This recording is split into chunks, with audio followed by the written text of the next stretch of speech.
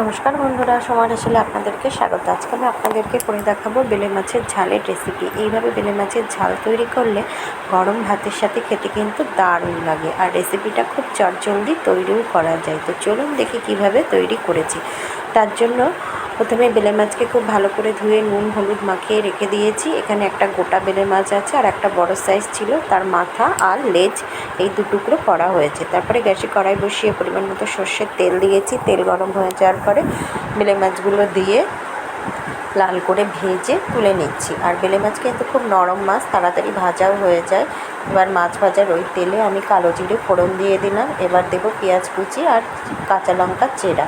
পেঁয়াজ আর কাঁচা লঙ্কা চিড়ে রেখে দিয়েছি। এবার কালো জিরের সাথে মাছ ভাজার ওই তেলে, মানে ফোড়ন দেওয়া ওই তেলে ভালোভাবে নাড়াচাড়া করে নেব। পেঁয়াজটাকে হালকা ব্রাউন করে ভেজে নেব। বেলে মাছ গরম ভাতের সাথে খেতে কিন্তু দারুণ লাগে। পেঁয়াজ হালকা ব্রাউন করে ভাজা হয়ে গেছে। এবার দেবো 1 টেবিল স্পুন আদা রসুন বাটা। আদা রসুন বাটাটাকে একটু পেঁয়াজের সাথে ভেজে নিয়েছি। পেঁয়াজগুলো গলে গেছে দেখো। এবার আমি কুচি করে রাখা টমেটোর টুকরোগুলো দিয়ে দিয়েছি। একটা মাঝারি সাইজের টমেটোকে টুকরো করে রেখেছি, সেই টমেটোর টুকরোগুলো দিয়ে দিলাম। টমেটোর টুকরোগুলো দিয়েও একটু ভাজা ভাজা করে নেব।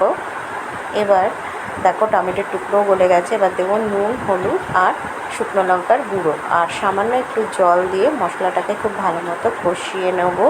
খুব কম উপকরণ দিয়েই কিন্তু বেলে মাছের ঝাল তৈরি করা যায়, আর খেতে কিন্তু দারুণ লাগে। দেখো বাটি ধোয়া জল দিয়ে আমি, মানে মশলার বাটি ধোয়া জল দিয়ে খুব ভালো মতো একটু কষিয়ে নিচ্ছি। তেল উপরে উঠে আসা পর্যন্ত একটু ভালো মতো কষিয়ে নেব। আর আজকের বেলে মাছের ঝালটা আমি সর্ষের গুঁড়ো দিয়ে করব। তার জন্য কেনা সর্ষের গুঁড়ো আমি একটু গরম জলে 1 চিমটে নুন দিয়ে ভিজিয়ে রেখে দিয়েছিলাম।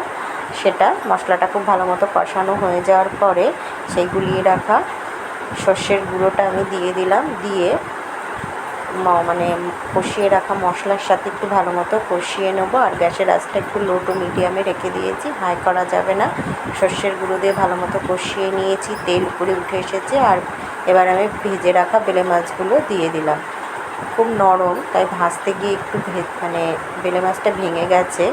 খুব সাবধানে ভাজতে হয়, তোমরা একটু সাবধানে ভাজবে। ভালো করে একটু মশলার সাথে কষিয়ে নিলাম। দেওয়ার পরে এবার আমি বাটি ধোয়া জল, মানে সর্ষে যার মধ্যে গুঁড়ি রেখেছিলাম সেই বাটি ধোয়া জল একটু দিয়ে দিলাম। দিয়ে কড়াইটাকে ঢেকে রাখবো মিনিট 5 মতো। মিনিট 5 বাদে আমি ঢাকনাটা সরিয়ে নিচ্ছি।